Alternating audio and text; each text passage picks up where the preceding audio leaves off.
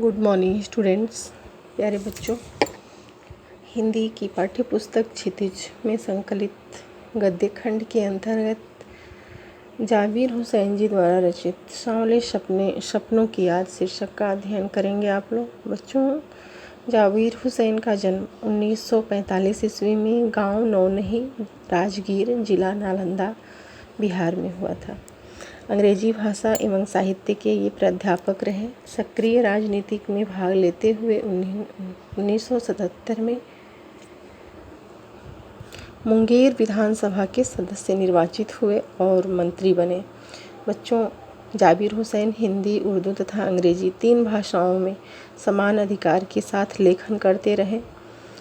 उनकी हिंदी रचनाओं में जो आगे है और अतीत का चेहरा, एक नदी रेत भरी और डोला बीबी का मजार इत्यादि प्रमुख हैं।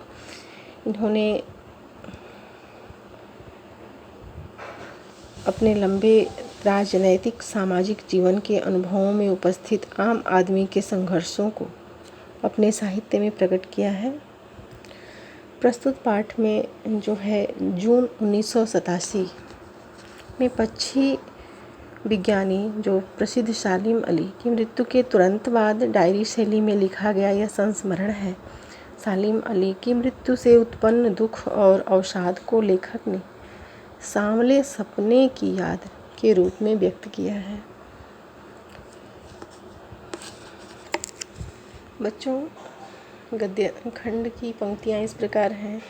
सुनहरे परिंदों के खूबसूरत पंखों पर सवार सांवले सपनों का एक हुजूम मौत की खामोश वादी की तरफ अग्रसर है। कोई रोक टोक सके कहाँ संभव है।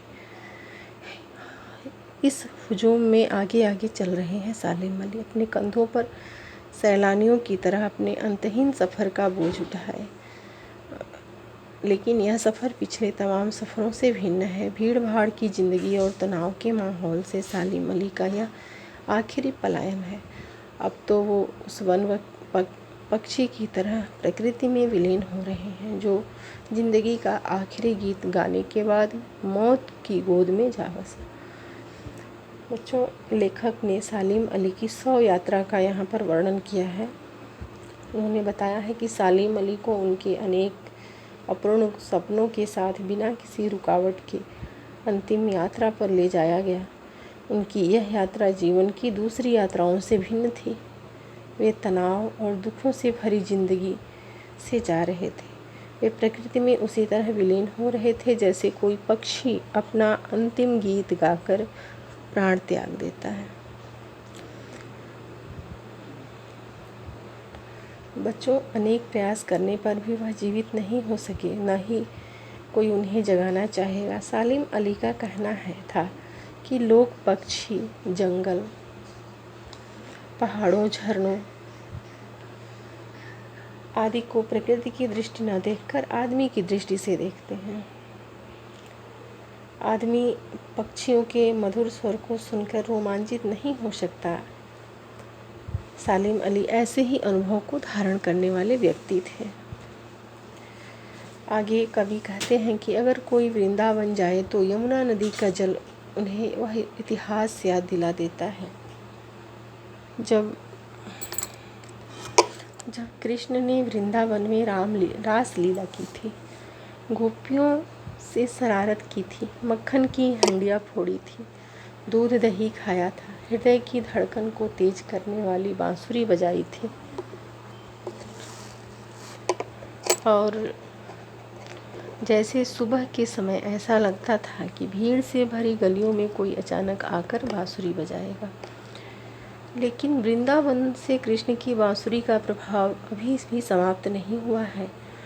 बच्चों, पुरातन कथाओं में जाने से पहले लेखक ने दुबले शरीर वाले सालिम अली के विषय में बताया है कि उनके जीवन के 100 वर्ष पूरे होने में ज़्यादा समय नहीं बचा था, लेकिन यात्राओं की थकान और कैंसर जैसी बीमारी ने उनको मौत की ओर भेज दिया और